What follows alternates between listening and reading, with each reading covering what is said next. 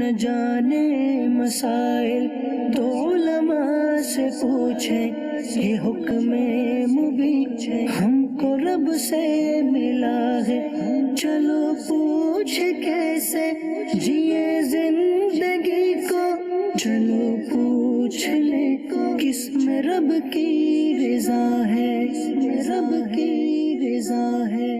الحمدللہ رب العالمین والصلاة والسلام علی سید المرسلین، اما بعد فاعوذ باللہ من الشیطان الرجیم، بسم اللہ الرحمن الرحیم۔ الصلاة والسلام علیک یا رسول اللہ، الصلاة والسلام علیک یا حبیب اللہ، الصلاة والسلام علیک یا نبی اللہ، وعلی آلک واصحابک یا نور اللہ۔ پیارے اور محترم اسلامی بھائیوں، دارالافتاء اہل سنت سلسلے کے ساتھ حاضر ہیں مفتی جمیل مدنی صاحب الحمدللہ ہمارے ساتھ تشریف فرما ہے۔ درود پاک کی فضیلت سنتے ہیں۔ شیخ طریقت امیر اہل سنت دامت برکاتہم العالیہ اپنے رسالے ضیاء درود و سلام اس کے صفحہ نمبر 4 پر حدیث پاک نقل فرماتے ہیں، نبی کریم صلی اللہ تعالی علیہ وسلم نے ارشاد فرمایا، بے شک تمہارے نام مع شناخت یعنی پتے کے ساتھ، یعنی اس کی پہچان کے ساتھ مجھ پر پیش کیے جاتے ہیں، لہذا مجھ پر احسن یعنی بہترین الفاظ میں درود پاک پڑھو۔ صلو علی الحبیب صلی اللہ تعالی علی محمد صلی اللہ تعالی علیہ وسلم۔ تو یہ حدیث پاک کے بہترین الفاظ میں درود پاک پڑھو۔ ایک عام شخص اس پر کیسے عمل کرے گا؟ اس کو کیا کرنا چاہیے؟ کون سے درود پاک پڑھنے چاہیے؟ کوئی کتابیں ہوں درود پاک سے متعلق وہ پڑھے، یا کوئی مشہور درود پاک آپ ارشاد فرمائیں۔ الحمدللہ رب العالمین والصلاة والسلام علی سید الانبیاء والمرسلین۔ دیکھیں، سب سے بہتر درود کون سا ہو سکتا ہے؟ تو نبی کریم صلی اللہ تعالی علیہ وآلہ وسلم نے بے شمار درود و سلام کے جو الفاظ و صیغے ہیں وہ اپنی امت کو تعلیم فرمائے ہیں، تو روایات کے اندر ان کو بھی انتخاب کیا جا سکتا ہے۔ اسی طریقے سے بزرگان دین نے بھی نبی کریم صلی اللہ تعالی علیہ وآلہ وسلم پر درود و سلام کے حوالے سے کلمات مرتب کیے ہیں۔ تو اگر ان سب کو دیکھنا چاہیں تو دلائل الخیرات، اس میں مختلف درود و سلام کے جو الفاظ ہیں اس کے اندر موجود ہیں۔ تو اگر دلائل الخیرات سے کوئی درود پاک کا صیغہ آپ منتخب کر لیتے ہیں اور اس کو ذوق و شوق کے ساتھ نبی کریم صلی اللہ تعالی علیہ وسلم کی بارگاہ میں پیش کرتے ہیں، درود پڑھتے ہیں، تو انشاءاللہ یہ برکت نصیب ہوگی۔ تو یہ ضروری نہیں ہے کہ درود یا سلام یہ عربی زبان میں ہی پڑھا جائے، تو درود و سلام یہ اردو زبان میں بھی بارگاہ رسالت صلی اللہ تعالی علیہ وسلم میں پیش کیا جا سکتا ہے۔ تو اس کے لیے جیسے امام اہل سنت اعلی حضرت رحمۃ اللہ علیہ کا بے شمار ملکوں میں پڑھا جانے والا مشہور زمانہ کلام مصطفیٰ جان رحمت پہ لاکھوں سلام، اسی طرح کعبے کے بدر الدجا تم پہ کروڑوں درود، بے شمار علماء اہل سنت نے اپنے اپنے انداز میں عشق رسول میں ڈوب کر بارگاہ رسالت صلی اللہ تعالی علیہ وسلم میں درود و سلام کے نذرانے پیش کیے ہیں۔ اپنی مادری زبان میں بھی آپ کو کسی نہ کسی بزرگ اور عاشق رسول کا لکھا ہوا کلام مل جائے گا۔ تو یوں مختلف مواقع پر مختلف انداز میں آپ اچھے سے اچھا، عمدہ سے عمدہ الفاظ میں درود و سلام کا انتخاب کر سکتے ہیں۔ ٹھیک، اور یہ دلائل الخیرات شریف جو درود پاک کی کتاب ہے، اگر پوری ہی کوئی پڑھنا چاہے تو اس کو اجازت ہے یا اجازت لینی پڑے گی، یا ویسے ہی اگر اس کی تلاوت کرتا ہے پڑھتا ہے تو درست ہے؟ یہ دلائل الخیرات شریف جب سے لکھی گئی ہے یہ علماء عوام سب میں مقبول عام کتاب ہے، اور اس کی ہر مسلمان کو اجازت ہے کہ وہ اس درود پاک پر، اس کی اہمیت پر مشتمل ایک کتاب ہے۔ اس کے اندر باقاعدہ 7 ایام پر اس کے ابواب کو منقسم کیا گیا ہے، تو پہلے دن یہ، دوسرے دن یہ، تو اس انداز میں اس کو باقاعدہ 7 دن میں ختم کرنا ہوتا ہے۔ ٹھیک ہے، تو وہ پڑھنے کا معمول بنایا جا سکتا ہے۔ اسی طرح مکتبۃ المدینہ کی ایک کتاب ہے گلدستہ درود و سلام، تو اس کتاب کا بھی مطالعہ کریں، اس کے اندر بھی درود و سلام کی بے شمار بہاریں، برکتیں، فضیلتیں موجود ہیں۔ اچھا، یہ جو آپ نے فرمایا کہ 7 دن میں ختم کرنا ہوتا ہے، تو لازم ہے یا اپنی سہولت کے اعتبار سے تھوڑا تھوڑا بھی پڑھتا ہے؟ دیکھیں روزانہ اگر ایک صفحہ بھی کوئی پڑھتا ہے، آدھا صفحہ بھی پڑھتا ہے تو ہے تو بڑی بابرکت کتاب. ٹھیک ہے. لیکن کسی چیز کی ایک تاثیر ہوتی ہے نا، خصوصی برکتیں، خصوصی تاثیریں، تو وہ جو بزرگوں کے ایک معمولات سے ہیں، تو دلائل الخیرات کو 7 دن میں مکمل کیا جائے تو اس کی جو خصوصی برکتیں ہیں پڑھنے والے کو وہ باقاعدہ محسوس بھی ہوتی ہیں. ٹھیک ہے ٹھیک ہے. اور کوشش کی جائے کہ اس کو پڑھا جائے، ایک دفعہ تو مکمل ضرور پڑھا جائے. اور اس کا ترجمہ بھی ملتا ہے، بہت ہی پیارے درود پاک اس کے اندر موجود ہے، بہت اچھی اچھی دعائیں موجود ہیں. اگر اس کو کسی کو عربی آتی ہے یا کوئی اس کا ترجمہ پڑھتا ہے تو حیران ہو جاتا ہے کہ کیا اپنے رب سے اس طرح بھی دعا کی جا سکتی، اس طرح بھی مانگا جا سکتا ہے.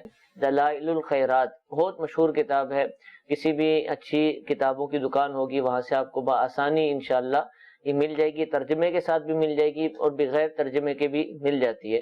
تو جن کو عربی آتی ہے ان کو تو چاہیے کہ اس کی کثرت سے اس کو پڑھیں، اور جن کو عربی نہیں آتی تو وہ بھی پڑھیں اور ساتھ اس کا ترجمہ بھی پڑھیں. انشاءاللہ عزوجل آپ کو بہت زیادہ لطف آئے گا، نبی کریم علیہ السلام کا عشق انشاءاللہ اور زیادہ بڑھے گا، بہت زیادہ محبت انشاءاللہ ہمارے دل میں پیدا ہوگی. اور ایک سوال اور کافی پوچھا جا رہا ہے کہ جیسے ابھی بھی باب المدینہ کراچی میں مکھیاں بہت زیادہ ہو گئی ہیں، اور لوگ جو نا اس کے لیے اپنے گھروں کے اندر تو کچھ نہ کچھ کرتے رہتے ہیں. مساجد کے لوگ سوال کرتے ہیں کہ کیا فیومیگیشن کروائی جا سکتی ہے، جس میں وہ ایک مشین کے ساتھ سمجھے وہ آواز بھی آ رہی ہوتی ہے اور اس میں دھواں نکلتا ہے اور اسمیل بڑی عجیب و غریب ہوتی ہے، غالباً پیٹرول یا اس طرح کی چیز بھی اس میں کوئی ڈلتی ہے. تو اس سے یہ کہ کافی فائدہ ضرور ہو جاتا ہے کہ مساجد کے اندر اس طریقے کو اپنایا جا سکتا ہے کہ اور صاف ستھرا طریقہ اپنانا پڑے، کیونکہ نمازیوں کو بھی تکلیف ہوتی ہے. دیکھیں مسجد کے اندر خوشبودار اس کو رکھنے کی تاکید ہے، ٹھیک ہے. تو بدبو سے مسجد کو بچانا واجب ہے. ٹھیک. تو امام اہل سنت اعلی حضرت رحمۃ اللہ تعالی علیہ کا باقاعدہ فتاوی رضویہ شریف میں مٹی کے تیل کے حوالے سے فتویٰ موجود ہے کہ مٹی کا تیل جو ایک لالٹین زمانہ قدیم میں ہوتا تھا، اب بھی کہیں نہ کہیں ہے، تو جو ایک لیمپ ٹائپ کا ہوتا ہے اس میں مطلب وہ مٹی کا تیل ڈالا جاتا ہے، وہ پمپ کر کے پھر اس کو استعمال کیا جاتا ہے، تو اس سے اسمیل آتی ہے. تو اعلیٰ حضرت رحمۃ اللہ علیہ نے اس کے ناجائز ہونے کا مسجد کے اندر بدبو کی وجہ سے اس کے مسجد میں جلانے سے منع فرمایا. صحیح. تو اب یہ دیکھ لیں جو آپ بتا رہے ہیں کہ اگر اس کے اندر ایسی کوئی اسمیل ہے، پیٹرول ٹائپ کی ہے، مٹی کے تیل بھی غالباً، یعنی جو مکھیاں جو آج کل ہو رہی ہیں علاقوں میں گھروں میں، تو اس کے صفائی ستھرائی کے حوالے سے ایک طریقہ کار جو خواتین میں بھی ہے کہ مٹی کے تیل والا پوچا گھروں میں لگانے سے اس کی اسمیل سے یعنی مکھیاں بھاگتی ہیں. تو اب یہ گھروں کی حد تک جیسا آپ نے کہا اس کے حد تک تو ٹھیک ہے، اس طرح کی کوئی بھی ہم طریقہ کار اختیار کر سکتے ہیں جس میں کچھ نہ کچھ اسمیل وغیرہ بھی ہو، لیکن مسجد کے اندر بدبودار چیز کا لانا یہ جائز نہیں ہوتا. تو اب یہ باقاعدہ اسپرے ہوگا، دھواں بھی ہوتا ہے اس میں، تو دھواں ہے، تو ناگوار خوشبو کا مسجد میں لانا اس کی اجازت نہیں ہے. تو اب کوئی اور ایسا طریقہ اختیار کیا جائے جس کے اندر خوشبو ہو سکتا ہے کہ جیسے کوئی عود وغیرہ کی دھونی دینے، خوشبودار دھونی دینے سے اگر یہ دور بھاگتی ہوں تو ایسا کوئی طریقہ اختیار کریں تو مسجد کو بدبو سے بچانا یہ ضروری ہے. دوسرا ایک یہ ہے کہ پنکھے اگر چل رہے ہوتے ہیں نماز کے اوقات میں تو اس سے بھی کافی حد تک نمازیوں کو تھوڑا سا سکون ملتا ہے. تو یہ ہماری مسجد انتظامیہ کو بھی دیکھنا چاہیے کہ نمازی اس مسجد میں کتنے آ رہے ہوتے ہیں اور اس حساب سے مکمل نمازیوں تک ہوا پہنچانے والے پنکھے چل رہے ہوں، ورنہ کبھی 2 صفوں میں آگے چل رہے ہیں، باقی صف والے وہ مکھی سے باقاعدہ مقابلہ ہو رہا ہے یا جو کچھ کہیں وہ برداشت کر رہے ہیں، تو ایسا نہ ہو. پھر ایک یہ ہے کہ صفائی ستھرائی، تو اگر مسجد کے خادمین اگر پوچا وغیرہ اچھے انداز میں لگاتے رہیں گے اور ایسی کوئی چیز مسجد کے اندر کچرے یعنی دھول مٹی ٹائپ کی نہیں ہوگی تو اس سے بھی کافی حد تک امید ہے کہ فرق پڑے گا. جتنا ممکن ہو مسجد کو صاف ستھرا رکھتے ہوئے، خوشبودار رکھتے ہوئے اگر اس سے بچنا ممکن ہے تو یہ طریقہ اختیار کریں. ایک آدمی نے ایک بات کی یار، ابھی آپ کسی 5 اسٹار ہوٹل میں چلے جائیں، کسی اچھی جگہ پر چلیں، وہاں آپ کو مکھی نہیں ملے گی، لیکن انہوں نے کوشش کر کے ایک انتظام ایسا کیا کہ اس کے اندر مکھی کا گزر ہی نہیں ہے نا، ملے گی نہیں آپ کو، بہت مشکل ہے کہ آپ کو مکھی نظر آئے. پھر وہی ہے کہ مسجد انتظامیہ اس کے حوالے سے اہتمام کریں, اس کے پیک کرنے کا اہتمام اب کریں. مسجد انتظامیہ بھی جب انتظام اور اہتمام کرنے جائے گی تو معاملہ آئے گا چندے کا, فنڈ کا, اہل بات محلہ پھر اہل محلہ پر آئے گی. تو اہل محلہ اگر اس معاملے میں تعاون کریں اور مسجد کا جو مین جو ہال کہلاتا ہے, ٹھیک ہے, اگر یہ علاوہ نماز کے اوقات کے بند رہے اور صفائی ستھرائی بھی رہے اور نماز کے اوقات میں نماز اگر مسجد کے ہال میں پڑھی جائے, پنکھے بھی چل رہے ہوں, تو اس سے کافی حد تک یہ ہے کہ بچت رہے گی. بجلی چلے گئی تو جنریٹر نہیں ہے, یو پی ایس نہیں ہے, پھر تو بہرحال اب یہ اہل مسائل محلہ ہیں. کی ذمہ داری پھر بنتی ہے. کسی حد تک یہ ہے کہ ہمیں اگر پریشانی ہے اور واقعتاً پریشانی نماز پڑھنے والے کو آ جاتی ہے تو اس میں اگر نماز میں خشوع خضوع کے ساتھ مکمل دھیان کے ساتھ اگر نماز پڑھنی ہے تو پھر ان چیزوں سے تھوڑا بچنے کی کوئی صورت اختیار کرنی ہوگی. ٹھیک ہے. کچرا حضور کچرا کنڈی ہی میں ڈالنا چاہیے, اور یہ بالکل ایک اصول ہے, اس کو کوئی بھی ڈینائی نہیں کرے گا. ایسا ہی کرنا چاہیے, بھلے اپنا کچرا ہو, گھر کا ہو, کہیں کا بھی ہو, لیکن بالخصوص مسجد کے آس پاس کچرا جو ڈال دیتے ہیں, یعنی جو ایسے علاقے ہیں جو بہت ویل اسٹیبلش نہیں ہیں, نارمل سے ہیں, اور وہاں بس جہاں خالی جگہ ملی وہی کچرا کنڈی ہے, تو پھر اس میں دیکھنے کو یہ بھی ملتا ہے کہ مساجد کے قریب بھی کوئی ایسی جگہ نظر آتی ہے کہ خالی پلاٹ, تو وہاں بھی لوگ کچرا ڈالنا شروع کر دیتے ہیں. تو پہلی بات تو کہیں بھی ایسی کسی کی جگہ ہے, خالی پلاٹ ہے, اس کا ذاتی ہے, اس نے ابھی بنایا نہیں ہے, تو اس کا استعمال کرنا کیسا, اور خاص طور پر مسجد کے قریب کچرا ڈالنا اہل محلہ کا. اور اب اس کے بعد پھر اداروں کو برا بلا کہنا کہ ادارے والے آتے نہیں ہیں, اٹھاتے نہیں ہیں, تو وہ تو آئیں گے, ان کو جب بھی آنا ہوا, یا ان کی سستی ہے یا جو بھی ہے, لیکن ہمارا ڈالنا کیسا ہے, یہ اس کے حوالے سے ارشاد فرمائیں. لیکن کسی کے ذاتی پلاٹ میں جب کہ اس کی طرف سے اجازت نہ ہو اور اس کو یہ طریقہ کار ناگوار گزرتا ہو, تو اس کی اجازت کے بغیر اس کی جگہ کو کچرا کنڈی ٹائپ کی جگہ بنا دینا اور کچرے آتے جاتے شخص کا اس جگہ پھینکتے رہنا, تو اس کی تو اجازت نہیں ہوگی.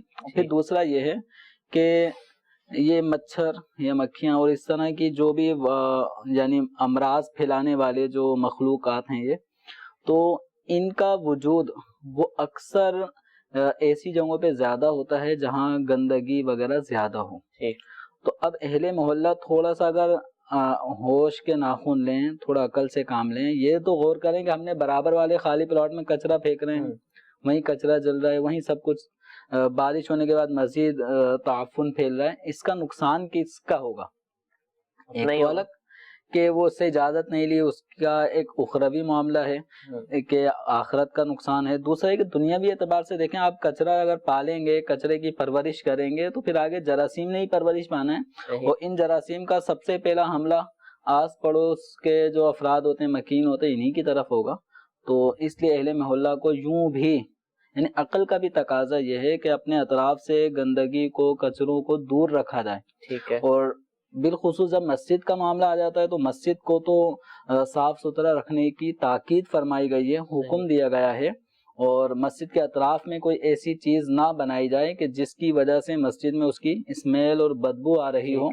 حتیٰ کہ ایسی جانب حدود مسجد کے اندر بھی اگر بیت الخلاء بنانے کی ضرورت پڑتی ہے تو اس کے لیے بھی فقہاء کرام نے فرمایا کہ ایسی سمت, ایسی جانب بیت الخلاء نہ بنائے جائیں کہ اس کی طرف سے آنے والی ہوا مسجد میں داخل ہوتی ہے, کہ عام طور پہ وہ بدبودار ہوگی تو ناگوار اسمیل ہوتی ہے. تو مسجد کو ایسے ناگوار اسمیل والے بیت الخلاء بنانے سے, ایسی سمت بنانے سے بھی بچانا ضروری ہے. تو اس کے لیے کسی اور سمت کا انتخاب کیا جائے. تو اب جو کچرا ڈالتے ہیں اور بالکل مسجد کے دروازوں کے قریب, مسجد کی آمد و رفت کے قریب, جہاں مسجد میں آنا جانا لوگوں کا ہوتا ہے, پھر ہوا کے ذریعے اسمیل اگر اس جگہ مسجد کو یعنی اس کے ماحول کو ناگوار کرتی ہے تو اس کی اجازت نہیں دی جائے گی. اب یہ ہے کہ اس میں مجموعی اعتبار سے اہل محلہ ہی کی ذمہ داری ہے کہ اپنے علاقے کو صاف ستھرا رکھیں, کہ اللہ تبارک و تعالی صفائی ستھرائی کو پسند فرماتا ہے, اور یہ پاکیزگی, طہارت, یہ ایمان کا باقاعدہ ایک حصہ ہے. اور جنت میں جو لوگ جائیں گے وہ صاف ستھرے ہی ہوں گے. تو اللہ تبارک و تعالی یحب المتطہرین, صاف ستھرے پاکیزہ رہنے والوں, خوب طہارت حاصل کرنے والوں کو پسند فرماتا ہے. تو جو طہارت کا اہتمام کرتے ہوں گے تو وہ یقیناً اپنے گھروں کو بھی, اپنے گھر کے باہر کے حصوں کو, اپنے محلے کو بھی صاف ستھرا رکھتے ہوں گے. تو یہ ایک بحیثیت مسلمان بھی کہ اسلام نظافت کا درس دیتا ہے، اور نبی کریم صلی اللہ تعالی علیہ وسلم کی کئی احادیث اس حوالے سے موجود ہیں جس میں صفائی ستھرائی پر باقاعدہ تعلیم اور درس موجود ہے، اور الحمدللہ اکثریت مسلمانوں کی صفائی ستھرائی کا ذہن رکھتی ہے، کرتی بھی ہے، لیکن بس وہ ایک کوئی نہیں دیکھ رہا تو اپنے گھر کا کچرا باہر پھینک دیا، کسی سامنے والے کے گھر کے ادھر رکھ دیا، تو ایسا نہیں کرنا چاہیے۔ باقاعدہ اپنے ان ایریاز میں روزانہ کے بنیاد پر کچرے کو اٹھانے والی باقاعدہ ایک ٹیم آتی ہے اور گلی محلوں کا وہ کچرا جمع کر کے لے جاتی ہیں۔ 100-200 روپے ان کے چارجز ہوتے ہیں، وہ بھی مہینے کا۔ جی تو اب یہ 100-200 روپے ادا کرنا یہ آسان ہے، اور اس کے مقابلے میں آپ کچرا پالیں گے، یہ 100-200 نہیں پھر ہزاروں روپے ان کچروں کی وجہ سے جو بیماریاں گھروں میں افراد بیمار ہو جاتے ہیں ان پہ خرچ کرنا پڑے گا۔ تو اپنا باقاعدہ اہتمام انتظام کریں تاکہ جو کچرا اٹھانے والے افراد ہیں جو ان کا پورا کام ہی یہ ہے تو ان تک آپ کا کچرا ان کے ہاتھوں میں پہنچے، اور ان کے ذریعے سے آپ کا کچرا جہاں پر اس کو ڈالنا ہے وہاں تک پہنچے۔ اس طریقہ کار کے مطابق اگر ہم چلیں گے تو دونوں جہاں میں انشاءاللہ عافیت پائیں گے۔ ٹھیک، اور بڑے اچھے انداز سے اس کو ڈسکارڈ کیا جائے، ہمارا جو معاشرہ ہے، ہمارا علاقہ ہے، ہمارا گلی محلہ ہے، انشاءاللہ بالکل صاف ستھرا نظر آئے گا۔ ہم سب کو مل کر انشاءاللہ اس کے حوالے سے ضرور کوشش کرنی ہے۔ کسی چیز کی بھی اہمیت اجاگر کرنا ہو تو اس کے بارے میں معلومات حاصل ہونا، علم حاصل ہونا بہت اہم کردار ادا کرتا ہے۔ مساجد کے حوالے سے اگر معلومات چاہتے ہوں، ان کا ادب مزید ہمارے دلوں میں پیدا ہو تو امیر اہل سنت دامت برکاتہم العالیہ کا رسالہ مسجدیں خوشبودار رکھیے، بہت ہی پیارا رسالہ ہے، اس کو پڑھیں گے تو انشاءاللہ مسجد کی حفاظت، مسجد کو صاف ستھرا رکھنا، اس کو خوشبودار رکھنا، اس کو پاکیزہ رکھنا، اس کے حوالے سے ہمارا جذبہ بڑھے گا، ہمارا دل کرے گا کہ ہم بھی مسجد کی خدمت کریں۔ اللہ تعالیٰ ہم سب کو یہ بھی سعادت عطا فرمائے۔ کال سلسلے میں شامل کرتے ہیں، پہلی کال چلائیے۔ پوچھنا یہ تھا کہ اگر کوئی رب تعالیٰ سے وعدہ کرتا ہے کہ میں آئندہ فلاں گناہ نہیں کروں گا اور پھر اس سے وہ گناہ سرزد ہو جاتا ہے، ایسی صورت میں کیا توبہ ہی کرنی پڑے گی یا کہ اس کے ساتھ ساتھ کوئی کفارہ بھی ادا کرنا پڑے گا؟ دیکھیں، ایک ہوتی ہے قسم اور ایک وعدہ۔ جو کفارے کی صورت بنتی ہے وہ مستقبل میں کسی چیز کے کرنے یا نہ کرنے کے حوالے سے آدمی قسم کھاتا ہے، پھر اس کو اگر توڑ دیتا ہے تو اس کے اوپر کفارہ لازم ہوگا۔ لیکن جیسے کہ ان کے سوال سے ہے کہ ایک آدمی نے کسی گناہ سے نادم ہوتے ہوئے اللہ تعالیٰ سے وعدہ کیا ہے کہ میں یہ کام نہیں کروں گا، اب وہ وعدہ وفا نہ کر سکا اور اس نے وہ گناہ کا ارتکاب کر لیا، تو اس میں کفارہ تو لازم نہیں ہے، البتہ اللہ تعالیٰ کی بارگاہ میں سچی توبہ کرنی ہوگی۔ کہ ایک تو نارمل آدمی گناہ کر لیتا ہے تو گناہ کے بعد توبہ ضرور کر لینی چاہیے۔ جب بتقاض بشر کوئی خطا سرزد ہو گئی تو جیسے ہی اپنے گناہ پہ شرمندگی کا آدمی اظہار کرتا ہے اور حقیقتاً وہ ندامت کا اظہار کرتا ہے تو اللہ تبارک و تعالیٰ کی رحمت اس کی طرف متوجہ ہوتی ہے، اور یہ اللہ تعالیٰ کا بے حد کرم و احسان ہے کہ اس نے توبہ جیسی ایک چیز ہمیں عطا فرمائی ہے کہ ایک آدمی سے اگر کوئی گناہ ہوا، ایک ہوا، 2 ہوئے، 3 ہوئے، یوں اگر وہ بکثرت گناہ کا ارتکاب کرتا ہے اور ساتھ ہی ساتھ اللہ تعالیٰ کی دی ہوئی توفیق سے وہ توبہ بھی کر رہا ہوتا ہے تو توبہ کی برکت سے اس کے جو گناہ ہیں وہ مٹ رہے ہوتے ہیں۔ اگر توبہ کا پانی اللہ تعالیٰ نے نہ رکھا ہوتا تو یہ جب آدمی مرتا تو پتہ نہ جانے کتنے گناہوں کا انبار لے کر پھر اللہ کی بارگاہ میں جاتا۔ تو توبہ ضرور کرنی چاہیے، اور توبہ کے ساتھ ساتھ آدمی کو سچی توبہ اس کا نام ہے کہ کیے ہوئے گناہ پر پشیمانی ہو، ندامت ہو، اور اس کو فی الحال وہ چھوڑ چکا ہو اور آئندہ اس گناہ کو نہ کرنے کا سچا پختہ عزم کیا ہو۔ تو یہ توبہ کے اندر یہ 3 چیزیں ضروری ہیں۔ تو اب ایسی صورت میں توبہ بہرحال ہمیں کرتے رہنی چاہیے۔ اگر کوئی یہ سمجھتا ہے کہ توبہ کرنے کے بعد پھر گناہ ہو جائے گا، پھر توبہ کروں پھر گناہ، تو یہ تو ایک سلسلہ یوں ہو گیا۔ تو آدمی توبہ سے بیزار نہ ہو، گناہ سے بیزار ہو، توبہ سے مایوس نہ ہو، توبہ کرتا رہے۔ توبہ کے انشاءاللہ فوائد آخرت میں ظاہر ہوں گے کہ بے شمار گناہ سچی توبہ کی برکت سے اللہ تعالیٰ معاف فرما دیتا ہے انشاءاللہ۔ اور توبہ پر استقامت کیسے حاصل ہو، توبہ کے بارے میں معلومات کیسے حاصل ہو، توبہ کا جذبہ کیسے حاصل ہو، تو ایسے لوگ کہ جو اس کی کثرت کرتے ہیں، ان کی صحبت اختیار کرنا بے حد ضروری ہے. اچھا ماحول ہم سب کے لیے بے حد ضروری ہے. دعوت اسلامی کا مدنی ماحول الحمدللہ اس کی بنیاد ہی اس بات پر ہے کہ انسان آتا ہے، اس میں توبہ کرتا ہے، اپنے گناہوں پر نادم ہوتا ہے، آئندہ نہ کرنے کا ارادہ کرتا ہے، اور پھر نیکیاں کرنے کا الحمدللہ اس ماحول میں جذبہ حاصل ہوتا ہے. تو اچھے ماحول کے ساتھ وابستہ ہو جائیں گے. دعوت اسلامی کے ہفتہ وار سنت و بڑے اجتماعات میں شرکت شروع ہو جائے گی.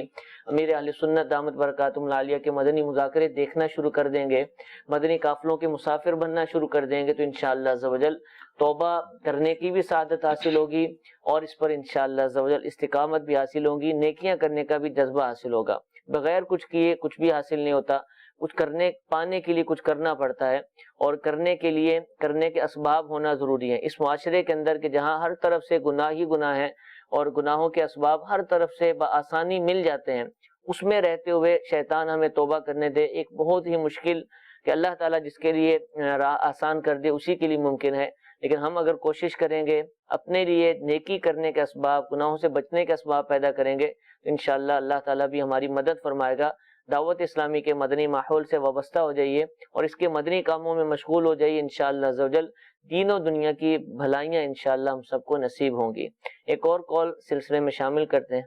جی سوال میرا یہ ہے حضرت کہ وہ میں منرل واٹر کا کام کرتا ہوں، پانی کا نا، تو اکثر لوگ کہہ دیتے ہیں کہ یہ حرام کام ہے. میں تو ایک پلانٹ سے لیتا ہوں بوتل فل کروا کے، اور گھر پہ دے کر جو ہے وہ اس میں پیسے اس میں اپنا مارجن لیتا ہوں. تو اس کے بارے میں رہنمائی فرمائیے گا کہ یہ کیا ہے مطلب؟ جی حضور. لوگوں میں اس طرح کی تھوڑی کنفیوژن پائی جاتی ہے، اور خاص کر جیسے اس طرح کا طبقہ جو لوگوں کو باقاعدہ پانی واٹر فراہم کر رہا ہوتا ہے، ان کو وسوسے میں ڈال دیا جاتا ہے کہ آپ لوگ پانی بیچ رہے ہو. پانی بھی کوئی بیچنے والی چیز ہے؟ یعنی یہ تو فری میں فی سبیل اللہ پلانے والی چیز ہے، تم اس کو بیچ رہے ہو. تو ایسے لوگ اگر کسی ہوٹل پہ جاتے ہیں کسی اچھے، اور وہاں پہ باقاعدہ پانی پینے کے لیے کوئی جگ اور گلاس نہیں ہوتا، جاتے ہی پہلے پانی کی بوتل منگواتے ہیں. تو وہ سادہ پانی بھی اگر ان کو چاہیے تو وہ بھی باقاعدہ چارج ہوتا ہے اس کا، اور اس کی جتنی بھی ہوتی ہے کاسٹ وہ ادا کرنی ہوتی ہے. اس وقت ہوٹل والے سے کوئی سوال نہیں کرتا کہ آپ پانی بیچ رہے ہو. تو وجہ ان کو پتا ہوتا ہے کہ انہوں نے ہمارے لیے پانی کا اہتمام کیا، اور بالکل فریش واٹر کا اہتمام انہوں نے کیا ہے.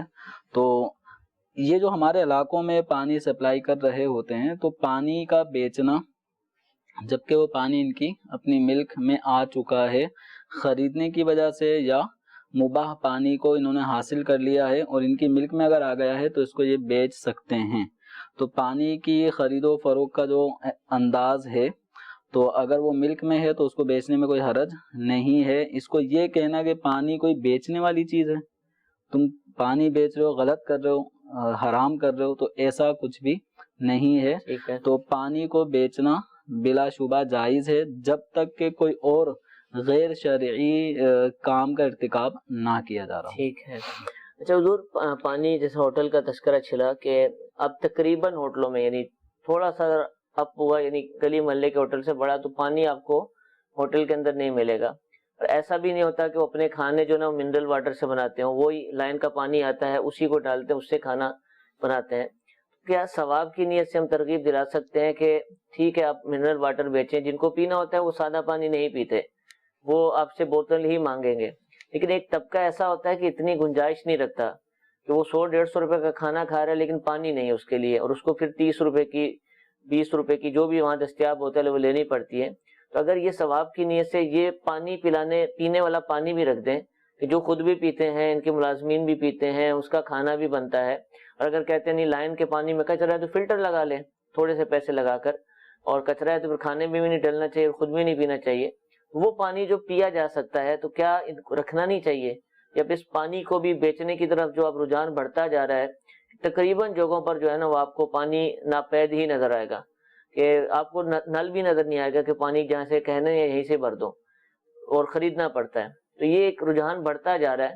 کیا پانی پلانے کا جو ثواب ہے اور اس طرح کی چیزیں، اس کی طرف ہم توجہ نہیں دلا سکتے؟ بالکل، اصل میں وہ توجہ ہی کی بات ہے.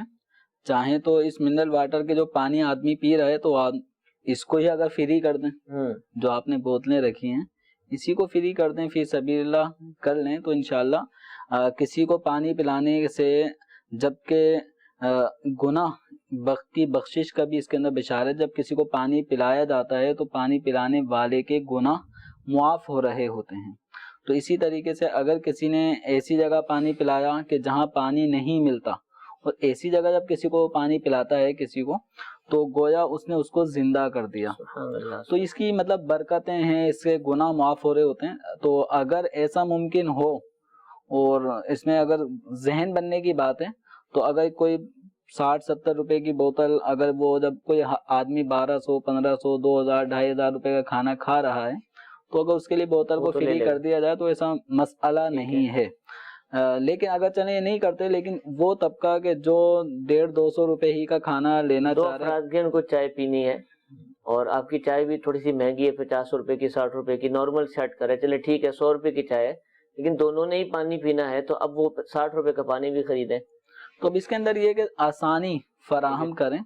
تو جتنی آسانی فراہم کریں گے، جتنے مسلمانوں کا دل خوش ہوگا، تو انشاءاللہ آپ کے کاروبار میں برکت ہی ہوگی. انشاءاللہ. تو اب کسی سے اس معاملے میں نہیں پینا ہے تو خریدنا پڑے گا، یعنی یہ جو انداز نہیں ہونا چاہیے. ٹھیک ہے. بلکہ جیسے آپ نے کہا کہ اگر ان کے ورکرز پیتے ہیں تو ممکن ہے وہ نارمل پانی ہی پیتے ہوں، یہ بوتلوں والا پانی نہ پیتے ہوں. مشکل ہے، بہت مشکل. تو جب وہ نارمل پیتے ہیں تو کسی ایسے کو جو بوتل کی خریداری کی سکت نہیں رکھتا اور اس کو پیاس کی شدت بھی ہے، پینے کی طلب بھی ہے، تو جو پانی آپ لوگ پیتے ہیں وہی پانی اس کو پیش کر دیں، یہ پینا ہے تو یہ پی لیں.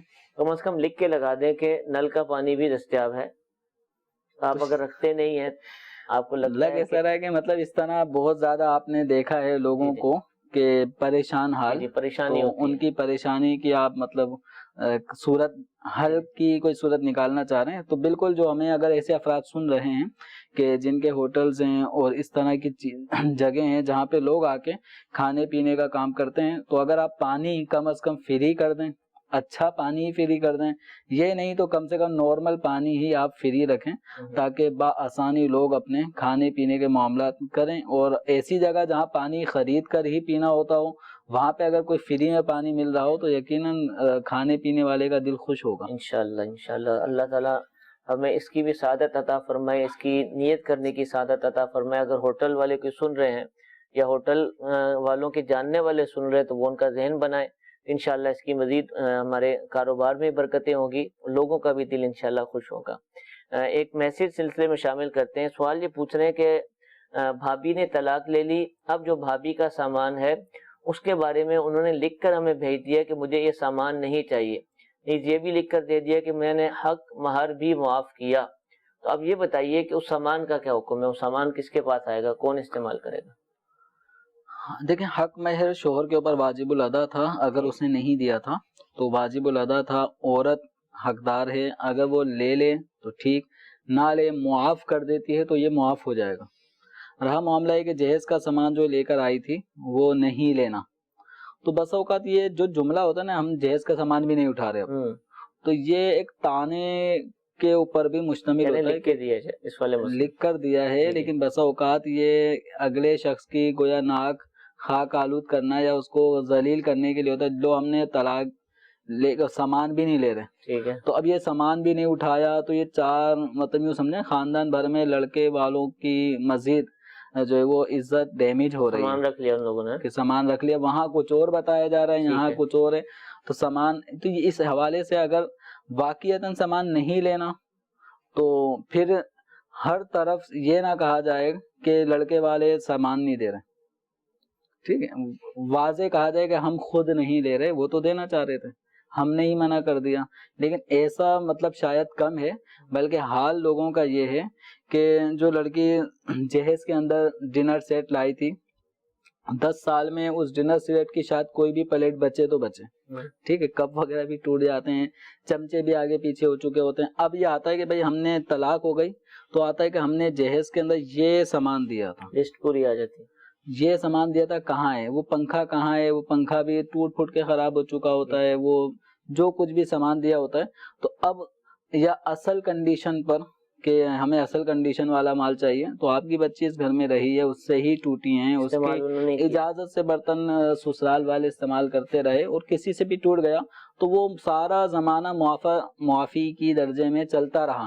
اب طلاق کی صورت میں پچھلے کا مطالبہ کرنا یہ بالکل بیجا مطالبہ ہے، اور ایک کثیر تعداد اس طرح مطالبہ کرتی ہے. اور وہ سامان اب کہاں سے لے کر آئے، اور جھگڑا ہوتا ہے. ہمیں تو وہ